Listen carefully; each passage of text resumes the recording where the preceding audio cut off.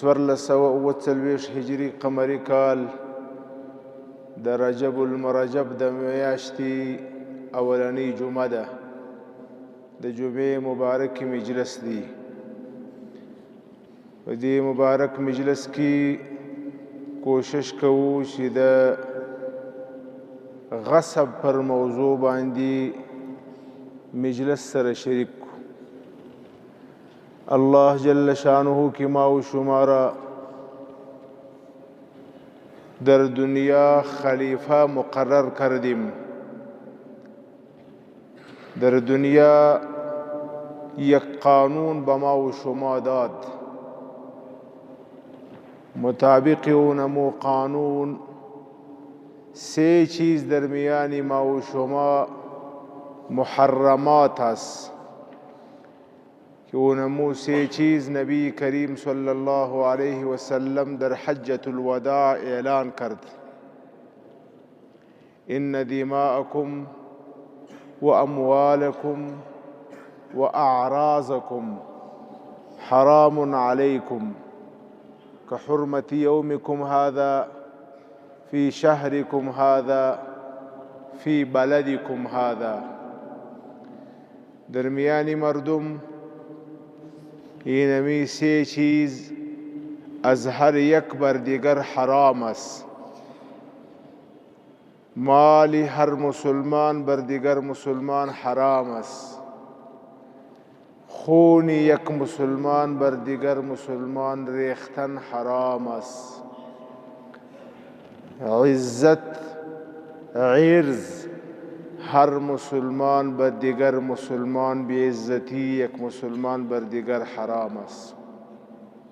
ان دماءکم و اموالکم و اعراضکم، مال محترم است، خون محترم است، جان سوم عزت محترم است. اگر اینمی سه چیز درمیان مردم محترم بود، پس اینمی معاشره انسانی معاشره است. و اگر درمیان مردم اینمی سه چیز احترام اینمی سه چیز از بین رفت، پس اینمی معاشره انسانی معاشره نمیمانه. بظاهر خو انسانی است، در حقیقت اینمی معاشره یک حیوانی معاشره میمانه.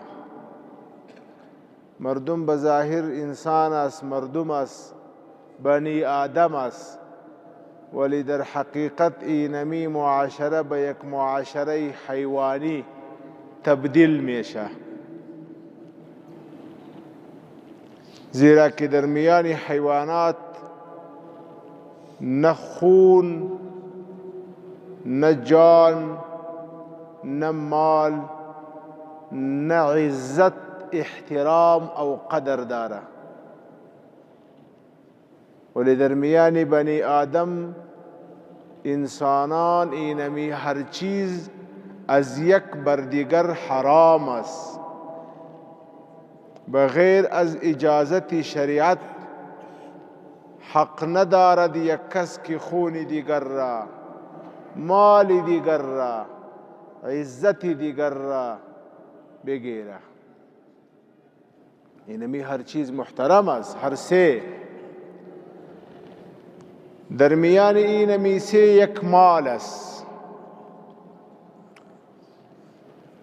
مال دیگر مسلمان بغیر از اجازت گرفتن دو صورت داره. اگر یک شخص مال دیگر مسلمان را بغیر از اجازت میگیره یا اینمی مال را خفیتاً پوشیده میگیره، مالک مال خبر نداره، شما مال او را میگیری، اینمی را در اصطلاح شریعت سریقه، دزدی گفته میشه. در اینمی صورت دستی اونمو دزد قطع میشه. و اگر یک شخص مال یک مسلمان برملا میگیره، مال یک مسلمان روبروی اونمو مسلمان میگیره، اینمی را در اصطلاح شریعت غصب گفته میشه. ما در قصه کسی نیستیم، ما از کدام شخص خوف و ترس نداریم. مال دیگر شخص را به زور و به طاقت و به قوت بغیر از ترس و خوف میگیریم، اینمی را غصب گفته میشه. غصب در اسلام یک خطرناک گناه است، یک خطرناک عمل است، یک ناجایز و گناه کبیره است. من اقتطع قید شبر من الارض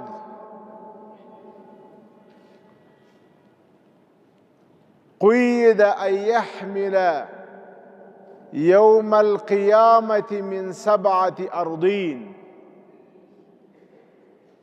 چا چې د مسلمان یو لویشت ځمکه غصب کړه، په قیامت کې به الله جل شانه و غاصب ته حکم وکړي چې دا ځمکه دوهمه، درېیمه، څلورمه، پنځمه، شپږمه، اوومه، اووه سره ځمکې په دغه اندازه باندې دا به ټول په خپل سټ کې په خپله ملا باندې حشر و میدان ته راوړي. په بل روایت کې راځي چا چې د مسلمان یو لویشت یا یو زراع یو گز ځمکه غصب کړله، توق یوم القیامة من 7 أرضین.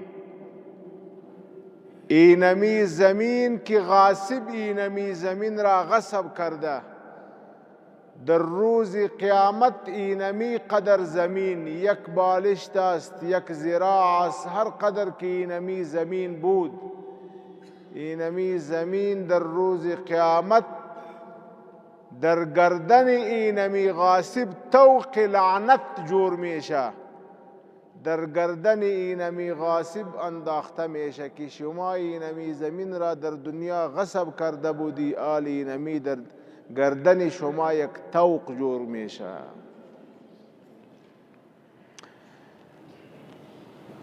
الا و ان لكل غادر لواء یوم القیامه. هر څوک چې په دنیا کې د بل مسلمان حق لاندې کی، غدر ورسره وکي، په قیامت کې به الله جل شانه د هغه لپاره یو علم، یو جنډه ودروي، دا اعلان به وسي چې دا هغه څوک دی چې په دنیا کې د بل سره غدر او خیانت کړی وو، د بل مال په خیانت سره وړی وو. دا علامه ده، دا نشانه ده. نن به هغه غادر او خائن د ټول حشر ویني او پیژني به.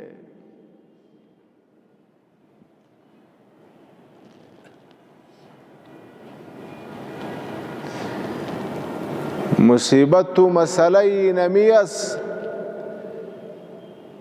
که ما اینمی فکر داریم که اینمی دنیاست. در اینمی دنیا هر چی که میشه در پشت اینمی دنیا دیگر دنیا خو به زبان تسلیم میکنیم، ولی در دل اونمو یقین و عقیده نداریم که پس از یک دیگر جهان، یک دیگر دنیاست. در اونجا از ما درباره اینمی جهان و دنیا سوال میشه.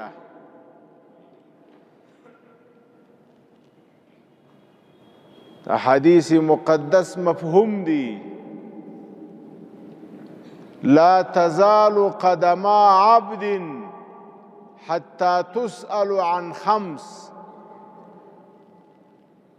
د بنی آدم پښې به د حشر د میدان څخه پورته نسی. د حشر په میدان باندې به قدمونه سرش وي تر څو چې د 5 خبرو جواب ونه وایي. د 5 هغه 5 مسئلو کې یو مسئله دا ده: عن ماله من أين اکتسب. یک سوال در روز قیامت از مسلمان اینمی میشه که اینمی مال را از کجا حاصل کردی، اینمی مال را از کجا به دست آوردی. اینمی سوال میشه، اینمی پرسان میشه. و تا وقتی که اینمی سوال جواب نشوه اجازت نداری که انسان پیش بره. اول باید اینمی سوالات را جواب کنه، اینمی پرچه را حل کنه، پس میتوانه که پیش بره.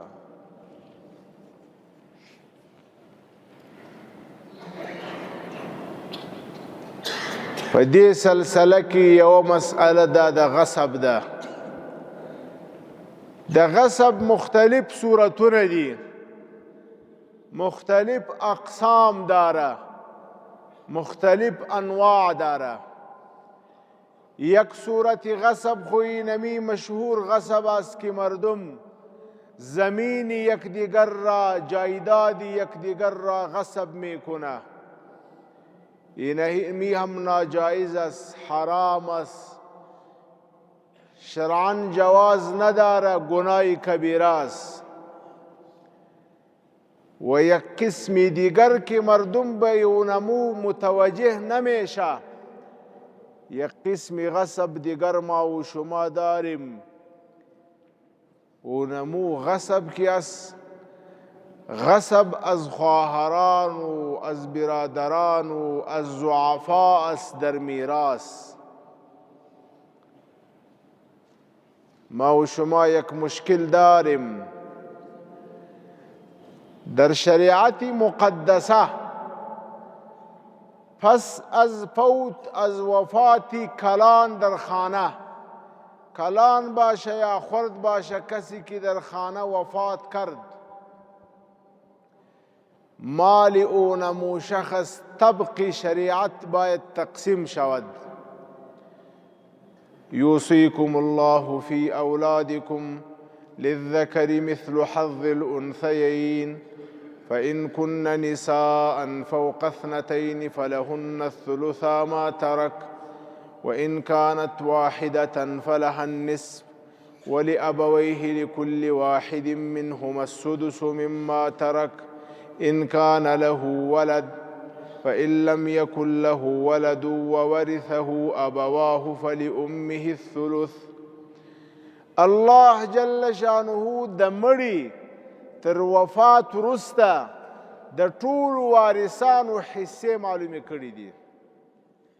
هر څوک چې مړ سو په کور کې د مړي مال پاته سو، د مړي قریبان په دې مال کې حصه لري. دا مال به د هغه حصو مطابق تقسیمه. حصې چا ورکړي دي؟ الله جل شانه. د هر چا حصه معلومه ده. زوی مړ سو د پلار، پلار مړ سو د زوی، ورور مړ سو د خور، خور مړ سول د ورور، ښځه مړه سول د خاوند، خاوند مړ سو د ښځې. د ټولو حصې الله جل شانه معلومه کړي دي. پر رکوع په قرآن شریف کې راغلی ده، د ټولو حصې معلومې دي. تفسیر حداد لیکلی دی، وایي که پلار مړ سو ټولو ته به حصې ورکوې. د دغه آیات کریمه چې الله جل شانه په قرآن شریف کې فرمایي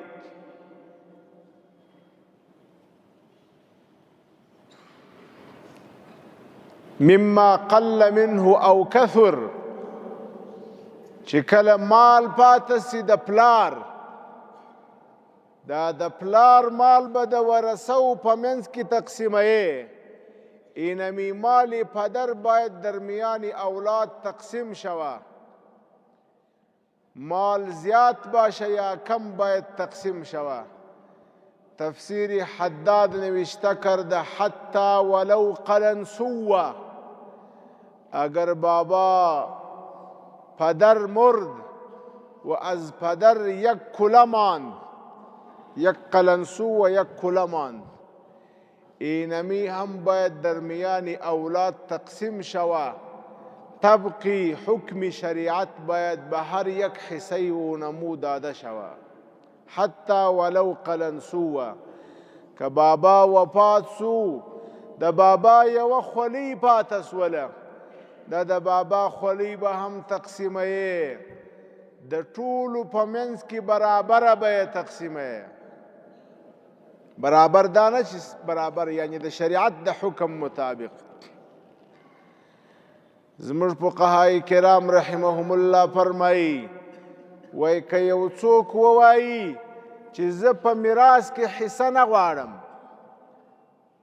زه په میراث کې حصه نه غواړم وایي قاضي به یې بندي کوي په زوره به په حده باندې حصه اخلي اگر کسی میگوید که ما در میراث خود حصه نمیخواهیم در میراث پدر یا مادر حصه نمیخواهیم قاضی او را باید بندی کنه مکلف کنه حصه خود را باید بگیری متعین کنی پس از این که تعیین شد پس حق اختیار داری به هر کس که هبه میکنی میبخشی ببخشی اینطور که شما یک چیز را میبخشی که ما اینمی حصه در میراث پدر نمیخواهیم ما ای را میبخشیم به کی میبخشی کدام چیز میبخشی خو معلوم نیست بخشیدن اینمی چیزی غیر متعین بخشیدن اینمی صحیح نیست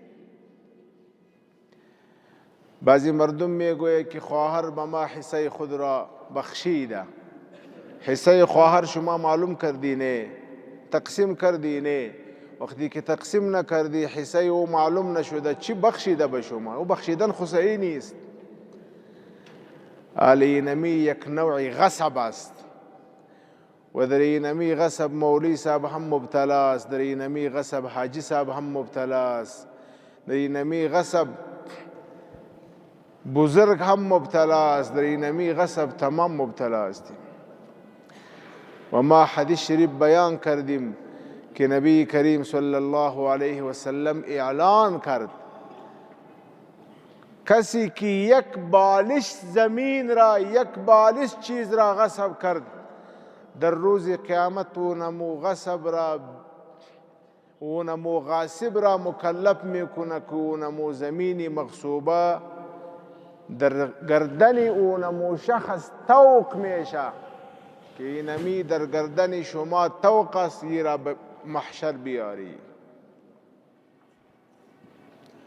په دې غصب باندې موږ او تاسې تر ډېره حده باندې مبتلا یو دې شي ته نه تیارېږو چې موږ دا حق د الله جل شانه حکم د ضعیفانو حق دا ورکو په میراث کې دا یو د میراث حق دی دا موږ په دې مبتلا یو باید دې ته متوجه سو د یو زورور څخه غصب کول د یو زورور حق لاندې کول په دې کې خو ډېر خلک احتیاط کوي یا شرمیږي یا بیریږي خو د یو ضعیف حق لاندې کول د خور حق لاندې کول د کمزوري ورور حق لاندې کول د ترو د اکاو د تره د زوی حق لاندې کول په میراث کې حصه نه ورکول په دې باندې ډېر مبتلا دي بل صورت د غصب چې ما او تا لرو هغه دا صورت د غصب لرو حدیث مقدس دی رسول کریم صلی الله علیه وسلم فرمایي و مزدور ته د هغه مزدوري مخکې تر دې ورکه چې هغه خپله خوله لا نه وي وچه کړې په مزدور باندې دې مزدوري وکړل کار دې په وکړي نو چې د هغه خوله لا نه وي وچه سوې د هغه حق باید ورکې. حدیث مقدس دی نبی کریم صلی الله علیه وسلم فرمائی ثلاثة انا خصمه یوم القیامه. درې کسان دی نبی علیه السلام وی په قیامت کې به د هغو سره زه مقابله کوم، د هغو سره به زه دشمني کوم. د درو کسانو دشمن به نبی علیه السلام وي، هغه نبی علیه السلام چې ما ورته د شفاعت خواستګار یو، طلبګار یو. ومن كنت خصمه خاصمته یوم القیامه. نبی علیه السلام وایي چې د چا سره زه دشمن سولم نو زه بیا د هغه سره صحیح دشمني کوم په قیامت کې. داسې دشمني ورسره کوم چې بیا نو جهنم ته رسومه. اونمو نبی علیه السلام که ما و شما امید شفاعت اونمو رسول الله صلی الله علیه وسلم داریم. ولی اونمو نبی علیه السلام اعلان کرد که 3 نفر است که در روز قیامت ما همراه اونها مخاصمه میکنیم، مقابله میکنیم، دشمنی داریم، در مقابل اونها عارض میشیم. در اونمو 3 نفر یکی است، یک اونمو شخص است که مزدور را آورد، از مزدور کار گرفت، به مزدور کار کرد، ولی وقتی که حق وقتی وظیفه آمد که باید مزدوری داده شوه و مزدوری مزدور نمیتا، پورا نمیتا. مزدور را خو آوردی، اجیر را آوردی، از او کار گرفتی، ولی مزدوری اونمو پورا نمیتی. در مقابل اینمی شخص نبی علیه السلام در روز قیامت دعویگیر است، دعوه میکنه. این غصب است و به اینمی غصب ما مبتلا هستیم. یا ایها الذین آمنوا لا تأکلوا اموالکم بینکم بالباطل. الله جل شانه وی مکوی خپل مابینس کې یو د بل مال په باطله طریقه مخوري. ان الله امر المؤمنین بما امر به المرسلین.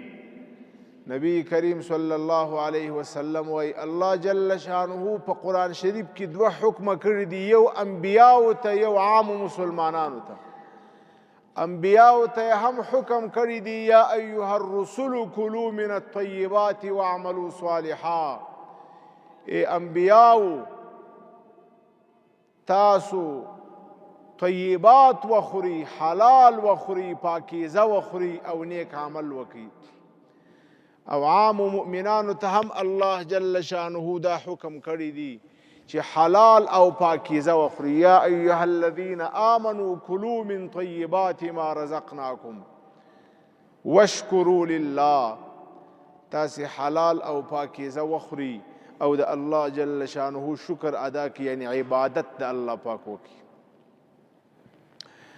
حضرات علماء کرام مثال ورکوي، وایي دا د انسان بدن دا په مثال باندې د یو موټر دی، د الله جل شانه دین دا په مثال باندې د یو سړک دی، د یو لارې دی. او حلال غذا دا په مثال باندې د پټرولو ده، د ډیزلو ده. که موټر نوی وي، سړک بهترین سړک وي، جوړ وي، موټر هم زیرو وي، نوی موټر وي، خو د موټر په ټانکي کې د پټرولو د ډیزلو پر ځای باندې یو څوک اوبه واچوي، خټې واچوي، او بیا غواړي چې په دې موټر باندې زه و حرمینو شریفینو ته ورسیږم. این خیال است و محال است و جنون. موټر نوی دی، په موټر کې مشکل نسته، سړک جوړ دی، ولی د موټر په ټانکي کې د پټرولو د ډیزلو په ځای باندې اوبه اچولي دي. اوس غواړي چې دا موټر ما یا تا تر منزله ورسوي، دا تر منزله سړی نه رسېږي. او که موټر زوړ وي، سړک هم کنډ و کپر وي، کمزوري وي، خو د موټر په ټانکۍ کې د موټر خپله اصلي غذا وي. موټر چې د کمې غذا لپاره، د موټر ټانکۍ د کمې غذا لپاره جوړ سوی ده، پټرول یا ډیزل، هغه ورته واچوې. بیا تر هغه وروسته د موټر ستا څخه مازې یوه دانه کلي غواړي چې کلي دې پکې وپېچله، دا موټر به چالانیږي. تر چالانېدو وروسته به دا موټر بیا روانیږي، حرکت به کوي. چې حرکت یې وکړي، خیر دی که یوه ورځ نه وي، دوې ورځې، که دوې نه وي، درې، که درې نه وي، پنځه ورځې پس به ما و تا و حرمینو شریفینو ته رسوي انشاءالله العزیز. وی عیني دا مثال دی. مسلمان دا یو مشینری ده، یو موټر دی.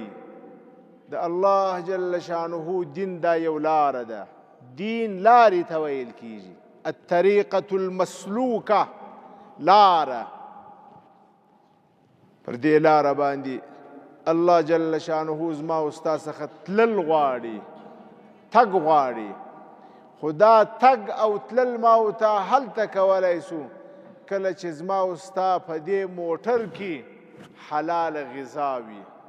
که حلال غذا پکې وه، بیا به پر دې لاره باندې تګ راته اسانه وي. بیا چې کله د الله جل شانه د خوا څخه آواز راسي، حي علی الصلاة، حي علی الفلاح، د مؤذن آواز رالی، بیا به زما په زړه کې یو داعیه پیدا کیږي، زما په زړه کې به طلب پیدا کیږي. پس ما نمیتوانیم که پس از شنیدن صدای اذان خو شویم.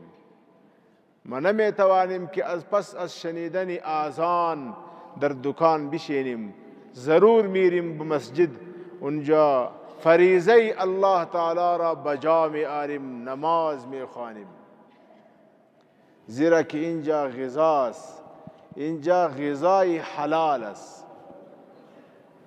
و اگر در اینمی بدن غذای حلال نبود، پس چی میشه؟ حی علی الصلاة، حی علی الفلاح را میشنویم، ولی رفتن به مسجد بر ما مشکل است. و اذا قاموا الى الصلاة قاموا کسالا. به نماز نمیره اینمی مردم. در قرآن شریف الله تعالی شکایت میکنه به نماز نمیره. و اذا قاموا الى الصلاة، وقتی که اونها را به نماز طلب کنی که بیا به طرف نماز. و اذا قاموا الى الصلاة قاموا کسالا، سست پست نمیره. اگر استاد هم میشه یراؤون الناس، اول نمیره. اگر میره از شرم مردم میره که پس مردم میگوی که چطور مسلمان است به نماز نمیره. اگر میره از شرم مردم میره، اونجا هم چطور نماز میخوانه. ولا یذکرون الله الا قلیلا، سر بالا و پایین میکنه، یک دو سه مرتبه میره. ولا یذکرون الله الا قلیلا. خودونمو شخص خبر نداره که ما در نماز کدام سورت خواندیم. پشتی مولوی صاحب نماز خواندیم، مولوی صاحب کدام سورت خواند خبر نداره. چند رکعت خواند خبر نداره. چطور نماز میره؟ اول به نماز نمیره. اگر رفت و نمو نماز بی جان است، بی روح است. چرا؟ زیرا که اینجا غذا غلط غذا آمده، بی جان است. اینمی بدن، اینمی موتر، در اینمی ټانکی، اینمی موتر پترول نیست. پس وقتی که در ټانکی موتر پترول نباشه، اینمی موتر حرکت نمیکنه. شما میخواهی که اینمی موتر شما را برسانه به حرمین شریفین، نمیرسانه. په ډیکه باندې بیا ډیکه به ورکړې، ډیکه به دې تر دا سړکه ورسوي، نو څه وخته پورې به ډیکه ورکوې؟ په ډیکه نشئ تللی. لہذا مسلمانانو، د مسلمان لپاره حلال غذا تر ټولو مهمه ده. حلال غذا ضروري ده. او د حلال غذا لپاره چې څومره خلک په دې لارو کې ناست دي، په دې دوکانو کې ناست دي، دا ټول اخته دي غذا پیدا کوي. دا لوی عبادت دی، خو فقط دا شی پکې ضروري دی چې په حلاله طریقه یې وکړي. طلب الحلال فریضة بعد الفریضه. حلال غذا را به دست آوردن یک فریضه است، فرض است. پس از ایمان و نماز اینمی دوام فریضه است. ولی طلب الحلال، طلب الحرام لا، طلب الحلال، حلال غذا. الله جل شانه دې موږ او تاسو ته توفیق را نصیب کړي چې حلال غذا وګټو. کوشش کوو. اونمو روز ما به جلال آباد رفته بودیم، اونجا به یک دکان رفتیم، همراه یک دکاندار نشستیم و اونمو دکاندار گفتیم که ما در مسجد درس میتیم و شما اینجا دکان میکنی، ثواب ما زیاد است یا ثواب شما زیاد است؟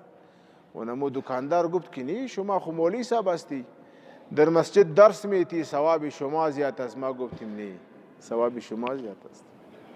چرا؟ زیرا که ما که درس میتیم ما یک نفل میکنیم و شما که دکانداری میکنی، مزدوری میکنی، شما فرض میکنی. ثواب فرض از نفل زیاد است. پس اینمی حدیث شریف را به اونمو بیان کردیم که حدیث مقدس است: من بات کالا من عمل یده بات مغفورا له. کسی که مزدوری کرد، از صبح تا شام کار کرد، دکان کرد، کراچی کرد، مزدوری کرد، به سبب مزدوری خود مانده شد، شب آمد در بستره خود خاو شد، مانده بود از مزدوری و کار خود، بات مغفورا له. الله جل شانه به سبب اینمی ماندگی که اینمی انسان در طلب حلال، در طلب رزق حلال مانده شد، الله جل شانه تمام گناه اینمی شخص را معاف میکنه.